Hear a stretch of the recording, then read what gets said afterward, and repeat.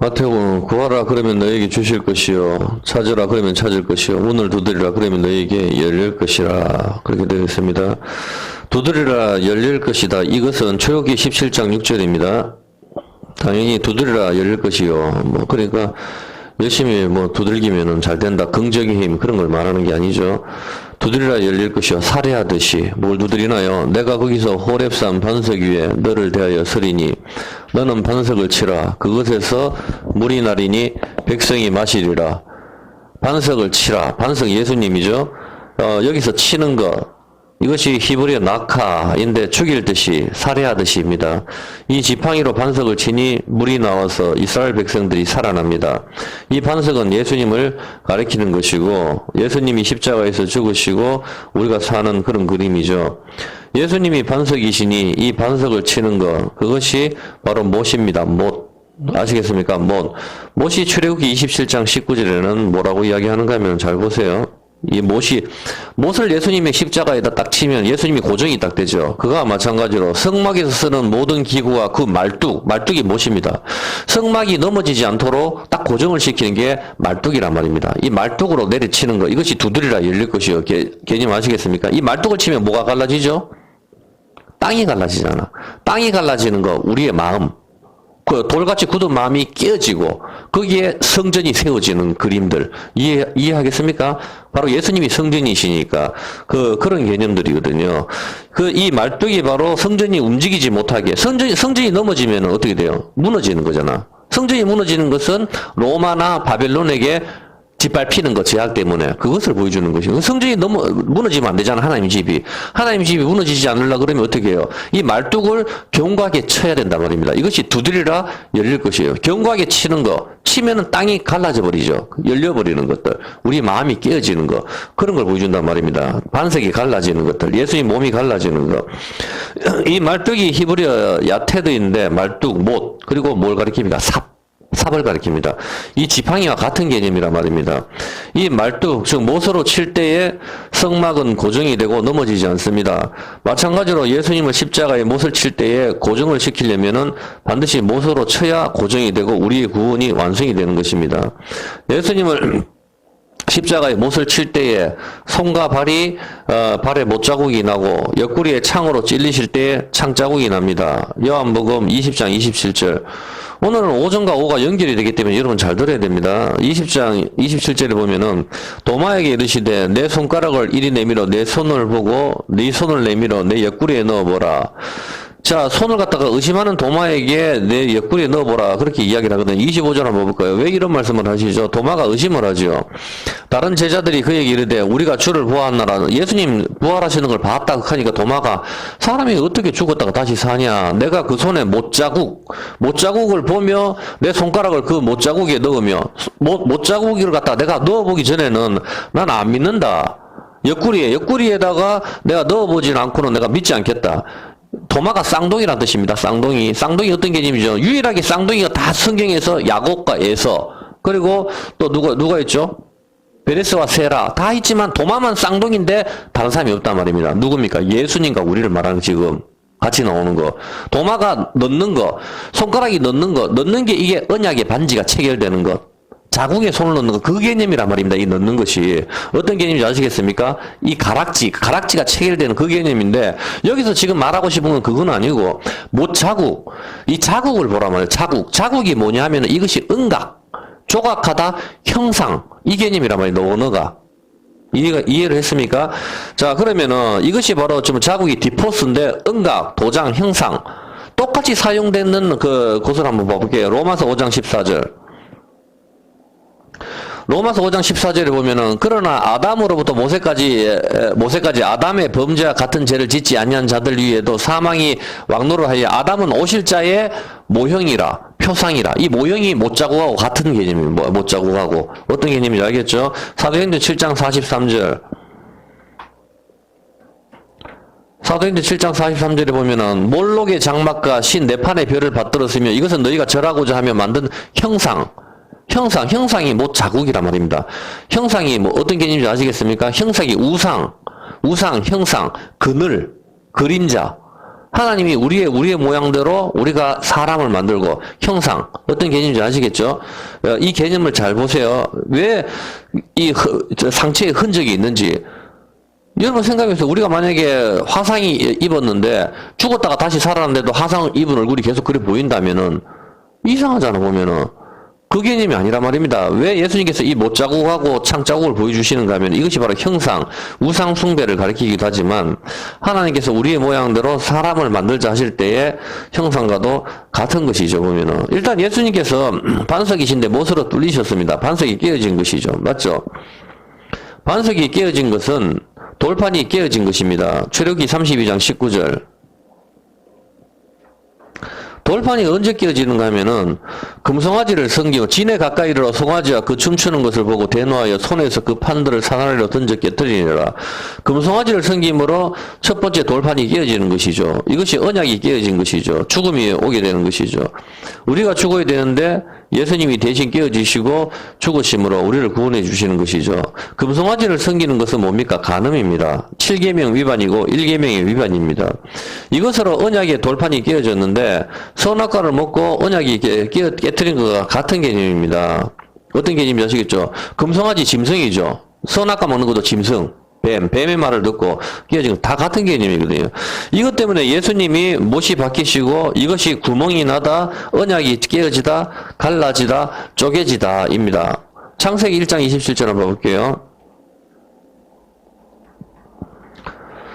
하나님이 자기 형상과 하나님의 형상대로 사람을 창조하시되 남자와 여자를 창조하시고 하나님 형상대로 사람을 창조하시는데 이 형상이 못자국, 그 자국이란 말입니다.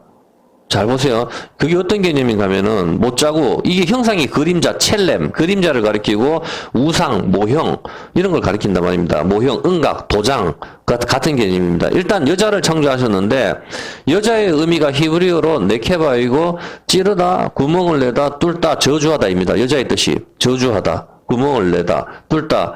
여자의 뜻이 저주하다, 구멍을 내다, 뚫다인데 무엇을 가리키는지 아시겠죠? 당연히 첫 번째 깨어진 돌판을 이야기하는 것이죠. 못자국도 구멍을 내는 것이고 여자의 뜻도 구멍을 내다. 그리고 어떻게 됩니까? 다소 거세게. 그리고 찌르다, 저주하다, 뚫다, 깨뚫다입니다. 우리가 알아야 할 것이 있는데 우리 모두가 다 여자라는 사실입니다. 성경에서는. 남자는 예수님만 계시고 우리 교회는 전부 여자, 신부라 그렇게 이야기하는 겁니다. 그런데 천국에도 있지도 않는 남자와 여자를 만드신 것은 하나님, 예수님과 교회를 갖다 설명하시기 위해서 어떤 모양으로 만드신 것이란 말입니다. 그런데 이 여자의 의미가 저주하다, 구멍을 내다, 그렇게 하면은 이상하잖아요, 여러분. 여자의 뜻이 저주하다, 구멍을 내다, 뚫리다. 전부 이것이 뭡니까? 언약의 깨어짐을 보여주고 있는 것이죠. 이것은 죽었다이죠. 여자가 뱀하고 같이 반역을 해서 선악과를 먹은 것이죠. 죽었다. 그래서 이것이 뭡니까? 두드리라 열릴 것이다. 열릴 것이다. 사람들은 전부 생명의 문을 두드립니다. 남자의 생식기로 여자의 문을 두드리죠. 그래서 여러분과 제가 태어났습니다.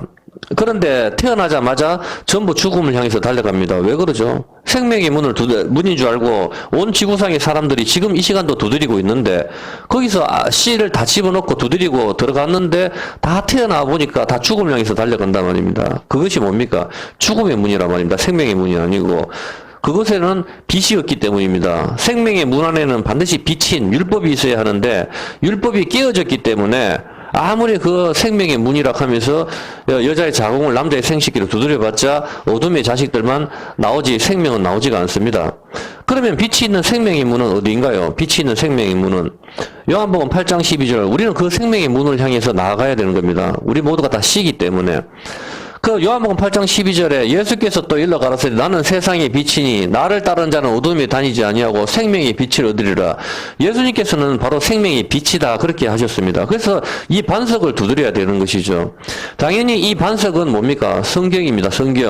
성경을 두드릴 때에 성경이 열리는 것이고 이 성경 말씀이 내 안에 들어와서 내가 여자니까 내가 깨어진단 말입니다. 예수님의 씨를 임신하게 되는 것이죠. 고린도전서 10장 4절입니다. 잘 한번 보세요. 고린도전서 10장 4절에 보면은 다 같이 신령한 음료를 마셨으니 이는 저희를 따르는 신령한 반석으로부터 마셨음에 그 반석은 곧 그리스도시라. 강야에서 반석을 깨뜨려서 그 물을 마시고 이스라엘 백성이 구원을 받는데 그 반석이 예수님이다. 그렇게 이야기를 합니다. 또 마태복음 16장 18절에는 이렇게 이야기합니다. 마태복음 16장 18절에 보면은 예수님께서 교회를 세우시는데 내가 네게 이르노니 너는 페트로다. 너는 반석이다. 페트로가 반석이란 뜻이거든요. 베드로가 페트로 붉은 바위, 페트로 에돔이 거기 거하는 거죠. 붉은 바위 틈에 붉은 바위는 피바위입니다. 피바위는 예수님을 이야기하는 겁니다. 너는 베드로라. 너는 반석이다. 내가 이 반석 위에 내 교회를 세우겠다. 우리 보고도 반석이다. 성경에서는 그렇게 이야기를 하는 겁니다. 어떤 개념인지 아시겠죠? 돌같이 굳은 우리의 마음을 하나님의 말씀으로 깨트려 버려야 된다. 이것도 같은 개념입니다. 우리도 반석이고 예수님도 반석이다 말입니다. 예수님은 교회의 머리시고 우리는 그분의 지체인 것이죠. 제사장이 12개의 보석으로 옷을 입는 것처럼 12개의 보석, 이것으로 전부 뭡니까? 12개의 보석으로 옷을 입죠. 제사장이. 12개의 보석이 뭡니까? 보석이 돌입니다. 돌, 반석. 같은 개념입니다. 그리고 말씀이 깨어지는 거, 예수님이 깨어지는 거, 문 밖에서 예수님이 뭘 하시죠? 문을 두드리시는 겁니다. 두드려야 열릴 것이다 했는데 문 밖에서 두드리시는 건 예수님이란 말입니다. 말씀이 우리를 두드린단 말입니다. 근데 우리가 깨어져야 그것이 갈라지는 거. 우리도 반석이니까 갈라져야 말씀이 씨가 들어와야 예수님을 씨를 임신을 하는 것이란 말입니다. 욕심을 임신하면 안 된다 이 말입니다. 예수님이 예루살렘 성전의 문이 예수님이 문을 두드리시는데 어떤 문을 두드립니까? 부엌문을 두드립니까? 성전의 문을 두드리시죠. 맞습니까?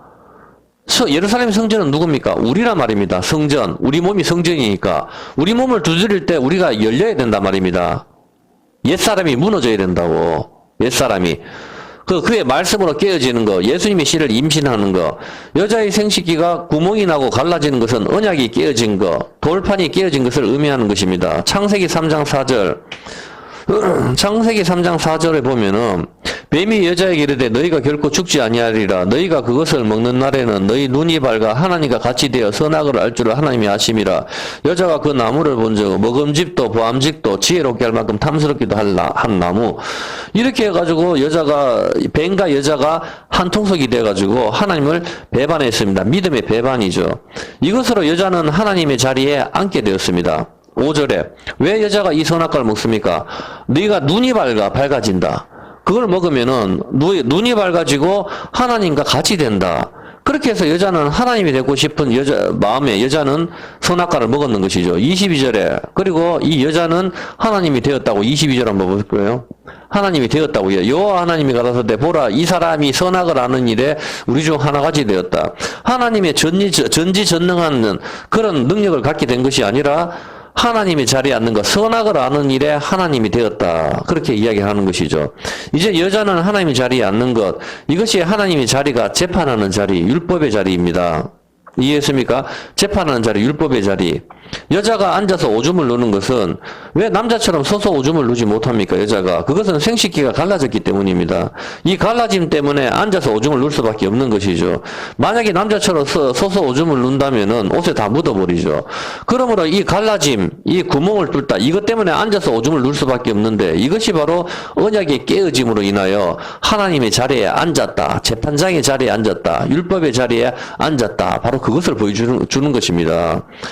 맞지 않습니까? 여자들도 남자들처럼 서서 오줌을 누면 편하잖아요, 보면은. 근데 항상 고속도로도 뭐든, 더럽게 항상 변기에 앉아야 된단 말입니다.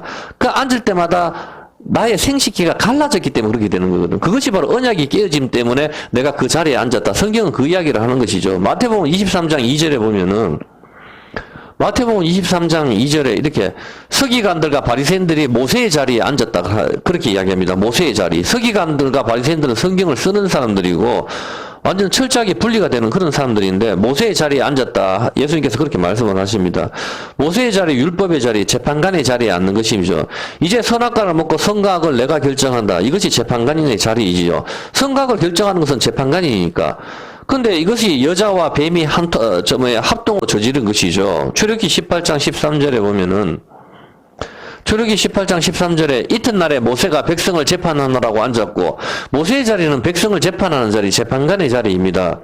그래서 이 율법의 자리는 아무도 앉을 수가 없는데 모세만 앉을 수가 있는데, 거기에 서기관과 바리새인이 앉는 거, 바로 여자가 선악과를 먹고 그 자리에 앉는 거, 이것이 바로 율법의 깨어짐을 이야기하는 것입니다. 십계명을 누구든지 만지면 죽습니다. 그런데 유일하게 만져도 괜찮은 사람이 있습니다. 모세죠. 마찬가지로 선악과를 따먹으면 죽습니다. 만져도 안 되는 겁니다.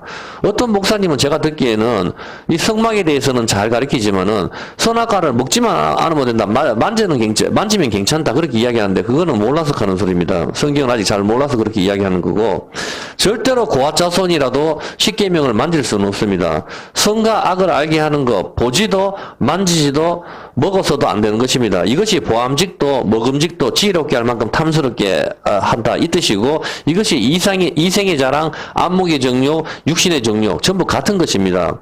다윗은 이스라엘 중심이 어디입니까? 바로 예루살렘 성전 아닙니까? 다윗성, 시온성. 그 옥상에서 어디를 봤습니까? 동산 중앙에서 밧세바가 옷을 벗고 목욕하는 것을 쳐다봤습니다. 보면 안 되는데 봤단 말입니다. 봤으면 고개를 돌려버려야 되는데 그것을 봤으니까 저게 뭔가 싶어서 계속 호기심 있게 쳐다봤단 말입니다. 그 개념이 어떤 개념입니까? 여자가 목욕하는 걸 계속 호기심 있게 쳐다볼 때 저 사람은 어떻게 생겼을까? 계속 쳐다보는 거. 그 쳐다보는 게 뭡니까? 구멍으로 쳐다보는 거, 창문으로 쳐다보는 거. 항상 그 언약이 깨어짐을 가르쳐 주는 거거든요. 성경에서는. 그것을 쳐다볼 때에 일이 생기는데, 항상 봤었을 때, 다윗이 그것을 갖다가 쳐다보고, 그 다음에 만지지도, 먹지도 말아야 하는데, 그게 뭡니까? 유부녀이기 때문에. 봐서도 안 되고, 옷을 벗는 거 봐서도 안 되고, 만지지도, 먹지도 말아야 되는데, 건드려버린단 말입니다. 먹지만 않으면 된다. 이것은 아닙니다. 항상 사람들이 그렇게 생각을 하죠. 오빠를 못 믿냐? 오늘 같이 있겠다. 그게 안 된다, 이 말입니다. 그것이 보지도, 먹지도, 보지도, 만지지도, 그렇게 된다. 왜냐면 넘어가기 때문입니다. 어떤 개념인지 아시겠습니까? 마귀를 보면은 대적을 하라. 성경에서는 그렇게 나오지만은, 여자라든가 음녀를 봤을 때 피하라고 나오거든, 성경에는. 같이 대적을 하라. 이렇게 안 나온다고. 성경에 보면 하나님께서. 그것을 봤을 때는 네가 대적을 해서 못 이기니까 피해야 된단 말입니다. 그렇기 때문에 유튜브에 봤을 때 어떤 그림이 딱 왔을 때 이게 뭔가 호기심 있게 쳐다보죠. 그게 뭐죠? 바로 언약궤가 도착했었을 때 베세메스 사람들이 그것이 뭔가 언약궤는 어떻게 생겼을까 쳐다보다가 죽는단 말입니다. 전부 다. 보지 말라고 했거든, 전부 다. 그것이 보지도 만지지도 먹어서도 안 되는 것이란 말입니다. 근데 그것이 호기심 있게 쳐다보니까 거기에 빨려 들어가게 되고, 그 다음에 만지고 싶게 되고, 그 다음에 가지고 싶게 되고, 그것이 바로 음녀와 가늠과 선악과 같이 연결되는 겁니다. 그것이 세상입니다. 세상을 갖다가 왜 항상 봤을 때 영화 제목이라다 그럴싸하게 항상 보잖아요. 유튜브 같은 데 보면은 항상 보통 그 틱톡 같은 데 보면은 제가 이래 봤을 때 항상 여자들 모습을 다 띄어놔요, 보면은. 그게 바로 보지도. 쳐다봐서는 안 됩니다. 전부 다. 봐봐야 전부 이상한 그림들밖에 없어요. 전부 다. 그걸 쳐다보고 그 다음에 만지게 되고 먹게 되는 것입니다. 항상 성경 말씀은 우리한테 그것을 주의하라고 가르쳐 주고 있는데 우리 넘어가는 것이죠, 보면은. 그렇게 하기 때문에 음란물도 보다가 만지다가 나중에 자기가 그 행위로 가게 되는 것이죠, 보면. 이 재판관의 자리에는 율법, 하나님만 앉을 수 있는데 여자가 앉아버립니다. 선악과를 먹습니다. 뱀과 함께 반역을 하고 배신을 하는 것이죠. 이제 언약은 깨어졌습니다. 죽음만이 오게 되고 그 여자의 생명의 문인 생식기는 아무리 둘겨도 죽음의 자식만, 어둠의 자식들만 나오게 되는 것이고 이제 희망은 없는 것입니다. 아기가 태어나서 무슨 죄를 저질렀는데 아기가 죽느냐? 그게 아닙니다. 태어날 때부터 이미 그 부모에게 속해있기 때문에, 그 언약의 자손에 속해있기 때문에 같이 되는 거예요. 여러분이 이건희 자식이 태어날 때부터 했는 게 뭐가 있습니까? 그 부모에게 속했기 때문에 그 재산을 다 자기가 갖고 그 자리를 누리게 되는 것이란 말입니다. 독사의 자식이 태어날 때부터 독사 새끼인데 그게 무슨 잘못을 했어요, 도대체. 그렇지만 독사에게 속했기 때문에 사람들의 혐오를 받고 그렇게 되는 것이라 이 말입니다. 독사의 독을 갖게 되는 것이고 똑같단 말입니다. 그거와 마찬가지로 태어날 때부터 그 허리에 있었을 때 부모가 일을 저질러 버리니까 자식도 그것을 같이 당하게 되는 것이죠. 전부 다. 그 개념이란 말입니다. 선악과의 개념은. 우리도 그 허리에 있었기 때문에 죽음이 왔는 겁니다. 부모가 농약을 먹어버리니까 자식이 태어났을 때 잘못 태어나는 거란 말입니다. 전부 다. 그래서 태교를 할 때 좋은 것을 먹고 좋은 걸 보고 하려고 하는 이유가 바로 그런 이유란 말입니다. 엄마가 먹는데 아기하고 무슨 상관이 있어요? 그 개념이 아니라고 보면은. 자, 근데 오늘 주제는 이게 아니니까 일단 여지껏 과거에 했는 걸 쭉 들으면서 여러분들이 이 기초를 튼튼하게 하고 난 뒤에 그 다음에 들어야 오늘 오전 오후가 이해가 됩니다. 자, 그래서 이제는 여자들이 앉아서 오줌을 누를 때마다 나의 생식기가 갈라졌음으로 인하여 내가 앉는구나, 율법의 자리에 앉는구나 생각을 해야 됩니다. 언약이 깨어짐. 내가 심판의 자리에 앉았구나 떠올리는 거. 하와가 선악과를 먹었구나. 하나님 자리에 앉았다. 이렇게 떠올려야 되는 겁니다. 이래서 언약은 깨어졌습니다. 쉽게 이야기해서 하나님의 말씀을 듣는 것이 아니라 마귀의 말을 들었습니다. 마귀와 간음을 한 것이죠. 어떤 개념인지 아시겠습니까? 하나님의 씨가 들어온 게 아니고 마귀의 씨가 들어왔다 이 말입니다. 이스라엘 백성이 하나님과 혼인을 하고 누구의 씨가 들어왔습니까? 금송아지의 씨가 들어왔습니다. 그래서 언약궤가 깨어진 것입니다. 같은 개념이라면 금송아지 짐승의 씨가 들어왔단 말입니다. 이것은 짐승과 간음을 한 것이죠. 소 짐승이나 뱀 짐승이나 짐승과 간음을 한 것이죠. 언약은 깨어졌고 이제 뭐가 되었습니까? 언약은 깨어졌고 짐승과 간음을 했으니까 뭐가 됐습니까? 천염약이 없단 말입니다. 피가 나오지를 않습니다. 간음을 했으니까. 신명기 22장 20절입니다. 그게 우리의 모습이다. 그렇게 이야기합니다. 그 일이 참되어 그 처녀에게 처녀인 표적이었거든. 남자가 여자하고 잤는데 결혼을 했는데 여자가 이부자리에 흘려야 될 처녀막이 없어. 처녀의 피가 없단 말입니다. 그때 이 처녀를 그 아비지 문에서 끌어내어 그 성읍사들이 그를 돌로 때려서 죽여라 이 말입니다. 간음을 내 창녀다 이 말입니다. 그 여자는. 그 처녀의 순결을 엉뚱한 남자한테 갖다 주고 이 남자하고 결혼을 했으니까 이 여자는 성경은 창녀라고 그렇게 이야기를 하고 있습니다. 한 명하고 자든 두 명하고 자든 그건 창녀입니다. 100%. 성경은 그렇게 이야기를 하고 있습니다. 그래서 이 여자는 돌로 때려 죽여야 된다. 율법으로 죽여야 된다. 가늠한 여자를 돌로 치라. 그렇게 했으니까 어떻게 해야 되겠습니까? 하면서 가늠한 여자를 끌고 오는 그 장면이 나오죠. 근데 예수님께서 죄 없는 자가 돌로 쳐라. 그렇게 하면 그 가늠한 여자를 구원을 해줍니다. 당연히 예수님께서 두 번 고개를 숙이시죠. 땅에 글씨를 쓰는 거. 예수님이 고개 숙이심으로 이 가늠한 여자가 구원을 받는 겁니다. 당연히 이 창녀는 우리를 가리키죠. 이 창녀는 언약의 피가 없습니다. 이미 다른 사람에게 순결을 바친 상태이고 여자, 성, 우리가 여자입니다. 여자인데 우리를 예루살렘 성이라고 하죠. 예루살렘 성전은 함락이 된 상태란 말입니다. 제약으로 인하여. 바벨론에게 로마에게 예루살렘 성이 절대로 무너지지 않을 줄 알았던 예루살렘 성전이 두 번이나 함락이 당합니다. 어떤 개념인지 아시겠습니까? 왜? 제약으로 인하여. 간음이란 말입니다. 하나님 말씀만 있어야 되는데 하나님 말씀을 듣지 않을 때 바벨론에게 함락이 되고 로마에게 함락이 된다 이 말입니다. 바벨론. 어떤 개념인지 아시겠죠? 로마하고 바벨론이 함락을 되는 겁니다. 여러분이 하나님 말씀으로 우리 예루살렘 성전, 우리가 성전인데 이 성전을 굳게 지켜야 되는데 하나님 말씀이 들어오지 않고 짐승이 들어올 때, 소유의 힘이 들어올 때, 돈의 힘이 들어오고 외모가 들어오고 세상의 권력과 학벌 그런 것들이 들어올 때에 여러분들은 그 성은 함락이 되고 간음이다. 성경은 그렇게 이야기를 하는 것이죠.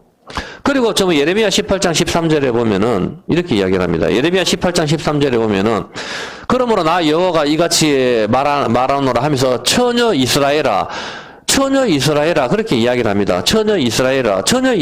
이스라엘은 우리가 성전이니까 바로 예루살렘 성전을 이야기하는 것이죠. 예루살렘 성전은 처녀로서 그렇게 순결하게 신랑이신 예수님과 왕으로 섬겨야 되는데 제약 때문에 바벨론에게 무너지고 로마에게 무너지는 것이죠. 이제 성의 문은 정복하고 자시고 할 게 없단 말입니다. 언약의 피가 없어졌으니까 성의 문은 열려져 버린 것이고 성은 무너진 것이고 언약은 깨어진 것입니다. 마태복음 1장 18절입니다. 예수 그리스도의 나심은 이러하니라. 그 모친 마리아가 요셉과 정혼하고 이 정혼의 뜻은 약혼도 있고 결혼도 있습니다. 결혼한 것, 약혼한 것 같은 개념입니다. 정혼하고 동거하기 전에 성령으로 잉태된 것이 나타났더니 그렇게 나옵니다. 그리고 19절에 그 남편 요셉은 의로운 사람이라 저를 드러내지 아니하고 가만히 끊고자 하여. 왜냐하면 요셉은 그 구약의 율법을 아는 겁니다. 구약의 율법에서 처녀의 표가 없으면은 이 여자는 돌에 맞아 죽어야 된다는 걸 알고 있기 때문에 겁니다. 여기서 봤을 때 때 가만히 끊고자 하고 그렇게 20절에 이 일을 생각할 때에 주의 사자가 현몽하여 가로되 현몽한다 꿈인지 생시인지 뭐 모르게 나타나서 다윗의 자손 요셉아 네 안에 마리아 데려오기를 무서워 말라. 지금 무서워했다는 것이죠. 요셉이. 이 무서워했다의 이 뜻이 의미가 경악하다 뜻입니다. 경악하다. 생각을 해보세요. 내하고 약혼하고 내가 결혼했는 여자 마리아가 아기를 갖다 배가 불러와 버리니까 경악을 한 것이죠. 요셉이 경악하다. 경악하다. 기가 막히죠. 기절을 하는 것이죠. 그렇게 해가지고, 그렇게 하니까, 이걸 갖다가, 요셉이 의로운 사람이다. 19절에 하면서 그냥 가만히 끊고자 했다. 이겁니다. 가만히. 왜냐면 경악하다. 이걸 말만 하면은 마리아는 돌에 맞아 죽어야 되거든요. 돌에 맞아 죽어야 돼. 그 누가 뭐 성령으로 잉태했다 그다 믿겠어요, 보면은. 당연히 마리아는 돌에 맞아 죽어야 되는데 요셉은 조용하게 마리아하고 끊어버려야 되겠다. 야, 니 도대체 마리아하고 왜 결혼 안 하려고? 엄마 나 마리아하고 결혼 왜 안 하려고? 그냥 저 여자가 싫다. 야, 약혼하고 결혼하고 장난하냐? 계속 이렇게 나왔을 거 아니에요. 가만히 끊고 잘 때 천사가 현몽을 해서 나타나는 겁니다. 데려오기를 무서워하지 마라. 요셉아, 이것은 성령으로 잉태되는 것이다. 그렇게 가르쳐 주는 것이죠. 그래서 요셉도 이해가 되진 않지만은 성령으로 됐다고요? 이렇게 하면서 요셉은 마리아가 하고 결혼을 하는 것이죠. 데리고 와가지고 같이 사는 것이죠, 보면은. 자, 그렇다면 여기서 질문을 들어갈게요. 자, 18절에 베가불론이 기절을 하는 것이죠. 그렇다면은 질문입니다. 예수님께서는 왜 처녀 마리아에게 오시죠? 질문입니다. 그냥 뭐 하늘에서 내려오셔도 되지 않나요? 그리고 안 그러면은 그냥 여자의 후손으로 오셔야 된다면은 만약에 창세기 3장 15절에 여자의 후손으로 와야 된다면은 그러면은 유부녀도 괜찮지 않나요? 차라리 아기가 한두 명 정도 있는 유부녀라든가 석가모니처럼 저렇게 결혼을 해가지고 저렇게 잘 사는 뭐 그런 데서 그냥 태어나면은 그 자연스러울 것 같은데 그러면 사람들이 다 믿을 것 같은데 왜 처녀한테 남자를 모르는 처녀에게 오셔가지고, 거기서 예수님께서 태어나시죠? 그렇지 않나요? 아기가 한두 명 있는 집에서 태어났다 하면 오히려 세상 사람들이 다 믿을 것 같은데, 처녀에게서 예수님이 태어났다 하니까 더 믿지도 않잖아, 보면은. 왜 예수님은 그렇게 해야만 하시는 것이죠? 하나님께서는? 질문입니다. 네. 그렇죠. 그게 뭐 우리 교리적인 부분이긴 하지만, 그렇지는 않습니다. 그거는 우리의 인간들이 생각일 뿐이죠. 왜 그러면은, 생각을 해보세요. 그러면은, 남자하고 여자하고, 요셉하고, 지금 마리아하고는 정혼한 상태입니다. 성경은 그죠? 약혼이고 이걸 갖다 뭐라고 이야기하는가 하면, 문해슈티요. 결혼했다. 이렇게도 이야기합니다. 그래, 결혼, 약혼 같은 개념이 지금. 그렇게 했는 상태거든요. 그렇게 했는 상태인데, 요셉이 보면은, 아기를 데려올 때까지 동침을 하질 않거든요. 보면 또, 아기를 데려올 때까지 조금 밑에 한번 볼까요? 한번 볼까요? 조금 밑에 보세요. 아들을 낳았으니, 23절 한번 볼까요? 예, 아들 낳았는데, 조금 더, 분부대로 하고, 25절. 자, 25절. 아들을 낳을 때까지 동침하지 않았다. 아니, 예수님 임신해도 성적인 관계는 해도 되잖아. 어차피. 그렇게 하지만은 아기를 낳을 때까지 10달 동안은 절대로 마리아를 가까이 안 했단 말입니다. 결국은. 할 수도 있는데, 결혼한 상태라니까, 요셉은. 약혼, 정혼, 같은 개념이라. 그렇게 하면, 그리고 만약에 생각을 해보세요, 여러분. 이 씨가, 예수님 씨가 마리아한테 착상이 됐잖아요. 그러면은 요셉한테 착상이 돼도 되잖아. 요셉한테 착상이 돼가지고 마리아한테 들어가서 아기를 낳도록 해도 자연스럽잖아, 보면은. 어차피 성령께서 잉태를 하셨는데, 마리아한테 했다고 죄가 없다는 것은 그건 우리 인간의 생각이고 교리적인 부분일 뿐이죠. 그 부분은 저도 아직도 이해가 안 돼요. 마리아한테 했다고 왜 죄가 없습니까? 마리아도 어차피 죄인인데. 그렇지 않나요? 마리아의 뜻이 심판입니다. 심판, 쓰다, 쓴물, 저주라요. 마리아 뜻이. 마리아도 역시 모든 이 세상 여자나 남자나 다 죄인이란 말입니다. 선악과 먹고. 근데 마리아의 착상이 되나, 요셉한테 착상이 돼서 요셉의 생식기를 통해서 마리아에 들어가나 똑같단 말입니다. 결과적으로는. 그렇지 않나요? 성령께서 잉태하셨으면 그 씨는 어차피 상관이 없으니까. 하늘에서 오신 씨니까. 같은 개념이라고. 그래서 사람들이 그냥 생각하기에 남자를 통하지 않으면 여자를 통해서 죄가 없이 나온다. 그렇게 생각하는데 그건 우리 하이델베르크 교리적인 부분이고 그 부분은 저는 동의를 못합니다. 왜 그런가 하면 그 부분은 맞지 않기 때문입니다. 상식적으로 생각을 해보세요. 하나님께서 씨가 마리아한테 들어갔다 해서 죄가 없다 하는 게 성경에 어디 있어요, 보면은. 그건 아니거든. 마리아한테 착상을 해도 되고 남자 몸에 착상을 해서 여자한테 들어가도 똑같아요. 보면은 어차피 그 시는 상관이 없기 때문에 그렇단 말입니다. 근데 여러분이 그걸 아셔야 된단 말입니다. 그래 그렇다면은 유부녀와 처녀의 차이점이 뭡니까? 거기에 답이 있는 겁니다. 유부녀의 처녀의 차이점.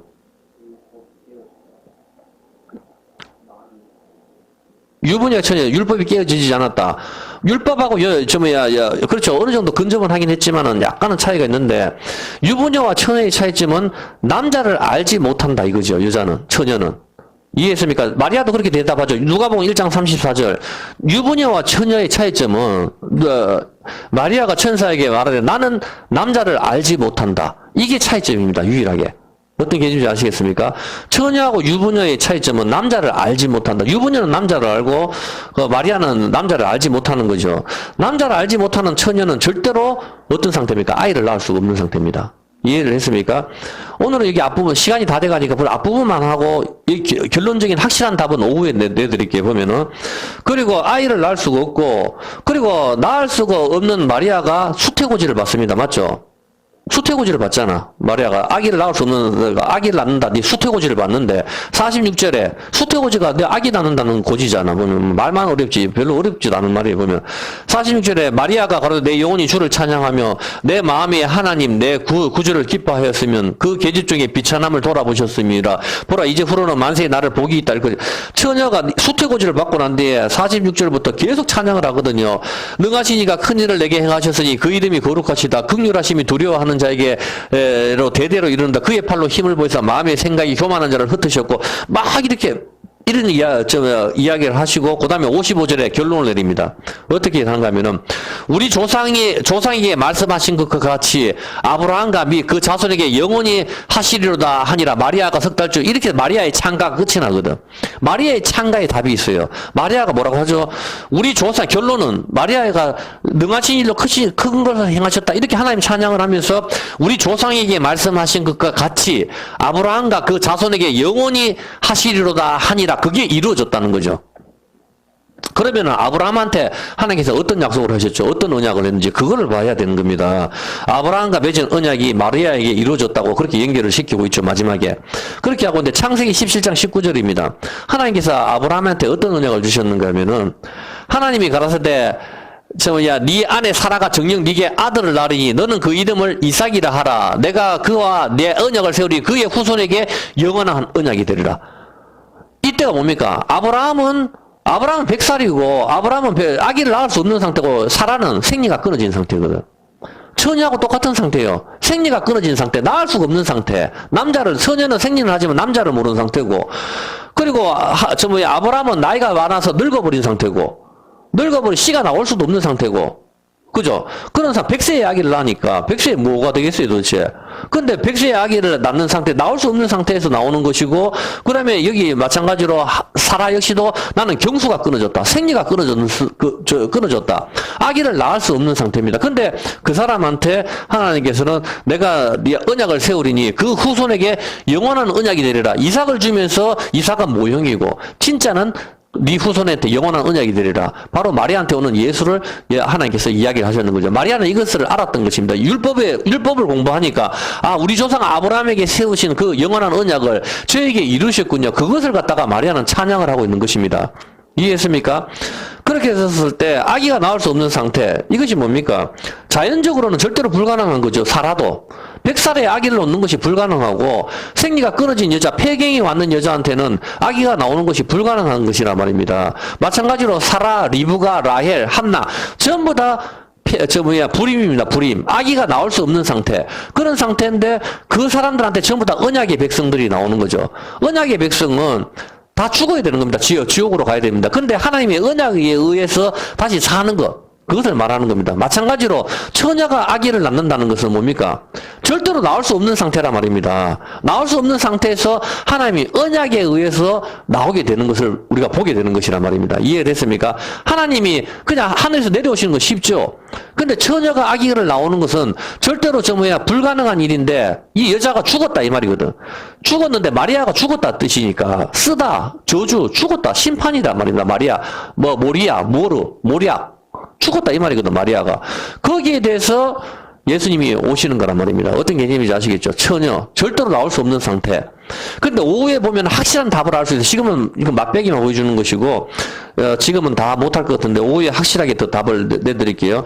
자, 그것이 언약에 의해서 태어나는 거죠. 전부 다. 불임, 믿음의 자손들은 전부 다 불임인데, 하나님의 언약에 의해서 나왔는 거. 그러니까 이 사람들이 다, 여러분이, 살아라고 생각을 해보세요.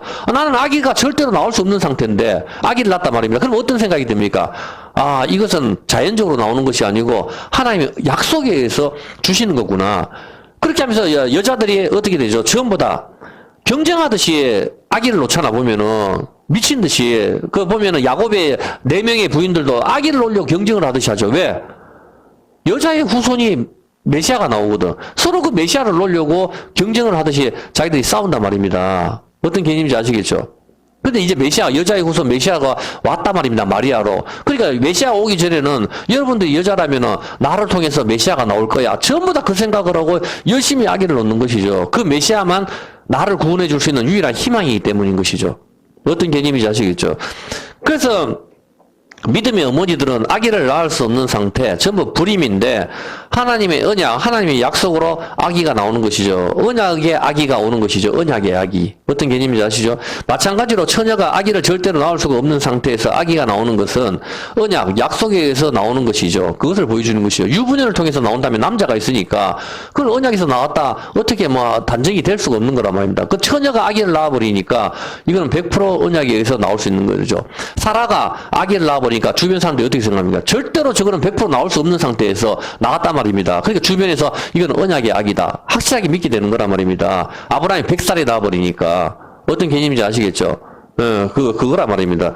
그래서 완전한 처녀이긴 하지만, 처녀, 여기서 나오는 거죠. 다시 두 번째 질문 들어갑니다. 그러면은, 그거는 이제 이 첫 번째 거는 대충 이해가 했다 칩시다. 여기에 대해서도 확실하게 더 가르쳐 줄게요. 오후에 완전하게 여러분이 밝게 이게 확실하게 더 밝게 보여질 겁니다. 지금 시간이 없으니까. 그러면은 완전한 처녀에게 오시지. 왜 남자가 있는 여자한테 오죠? 엄밀히 따지면은 마리아는 유부녀 아닙니까? 그렇잖아요. 요셉이 동침만 안 있을 뿐이지 결혼을 했단 말입니다. 약혼도 했고 정혼을 했는 여자라 하잖아. 이 원어가 보면 약혼했다, 결혼했다거든. 그러면은 왜 요셉 남편이 있는 여자한테 옵니까? 마태복음 1장 19절 한번 볼까요? 마태복음 1장 19절에 보면은 그 남편 요셉이라고 하거든, 성경에. 이해했습니까? 그 남편 요셉은 의로운 사람이라. 그렇게 하고 무서워할 때 경악을 했단 말이에요, 경악을. 근데 왜 처녀는 처녀인데 남편 있는 처녀에게 오죠? 그렇지, 예. 자, 바로 그겁니다. 그렇죠. 아기를 낳을 때까지 요셉은 동침을 안 했어요. 10달 동안. 맞죠? 25절. 잘 보세요. 아기를 낳을 때까지 동침치 아니라 좀 이상하지 않나요? 어차피 동침도 안 할 것 같은데 뭐로 남편이 있는 여자한테 옵니까? 동침도 안 할 건데. 동침도 안 할 건데 굳이 남편 있는 여자한테 예수님이 오실 이유가 있나요? 네? 지금 요셉은 마리아에게서 처녀의 표적을 확보하지 못한 상태입니다. 맞습니까? 그렇죠. 요셉이 마음만 먹으면은 마리아는 돌에 맞아 죽는 상태입니다. 남편이 있는데 아기는 요셉의 아기가 아닙니다. 남편이 있는데 아기는 요셉의 아기가 아니란 말입니다. 무슨 그림이죠? 남편이 있는데 이 아기는 요셉의 아기가 아니에요. 보면은 야고보서 1장 15절 어떤 그림이죠? 한번 볼까요?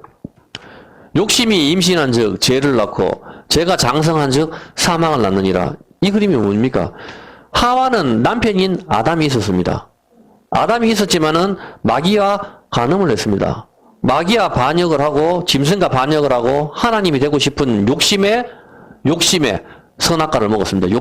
욕심, 선악과를 먹는 욕심이 임신을 하니까 뭐가 났습니까? 아담의 씨를 낳는 게 아니고 하와가 아담의 씨를 낳아야 되는데 아담의 씨를 낳는 것이 아니고 선악과, 마귀와 함께 욕심이 임신을 하고 그것이 죄를 낳고 온 인류가 사망에 오게 만들어버린 겁니다. 이해했습니까? 남편이 있는데 남편은 동침도 안 하잖아. 요셉은 동침도 안 하는데 마찬가지입니다.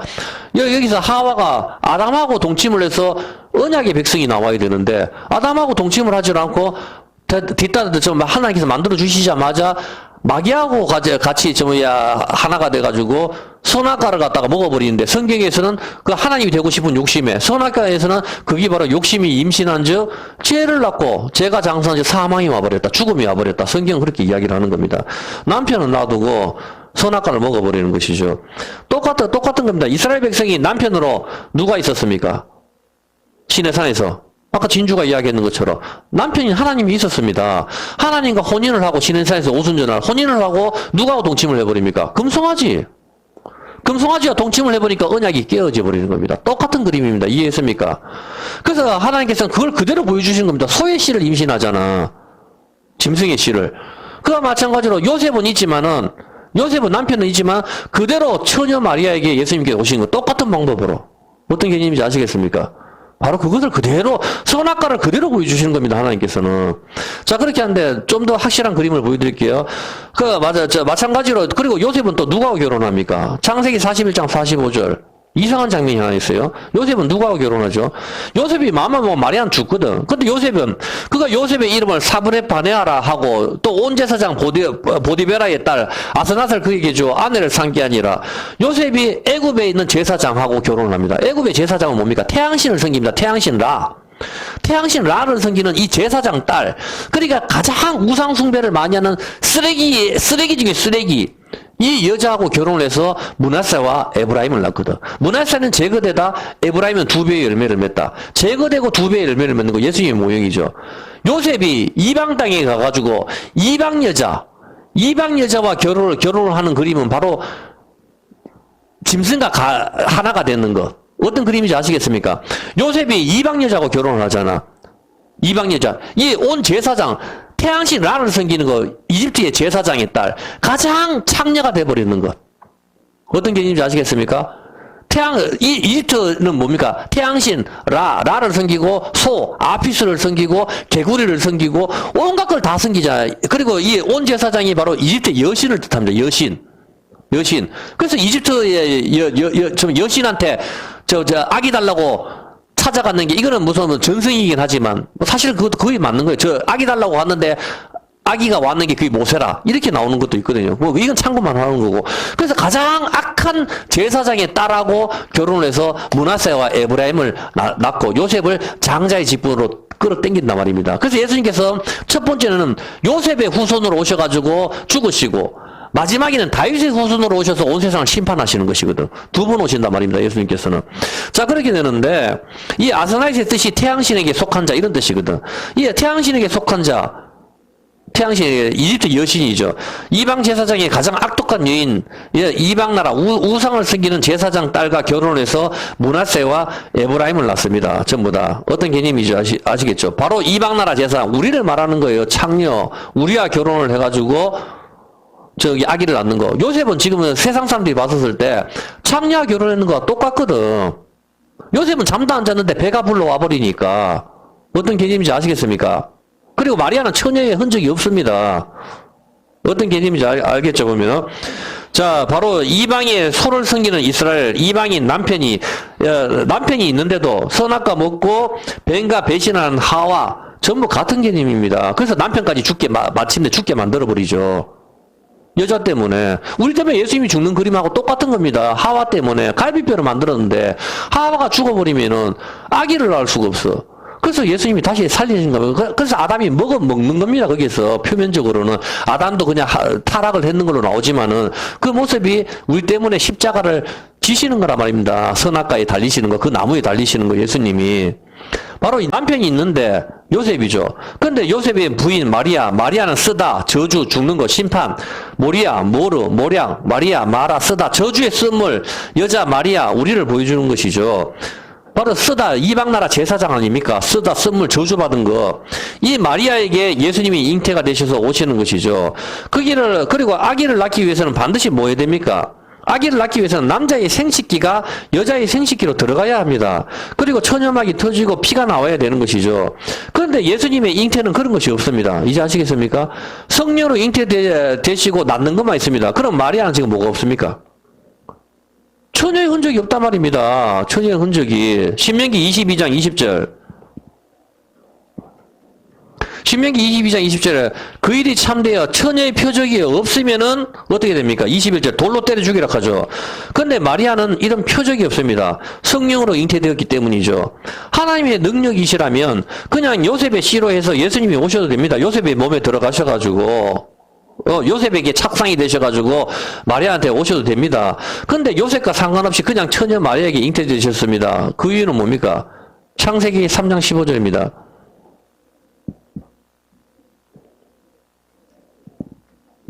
여자의 후손이 돼야 되기 때문입니다. 여자의 후손이. 남자의 후손이 되면 안 되기 때문이죠.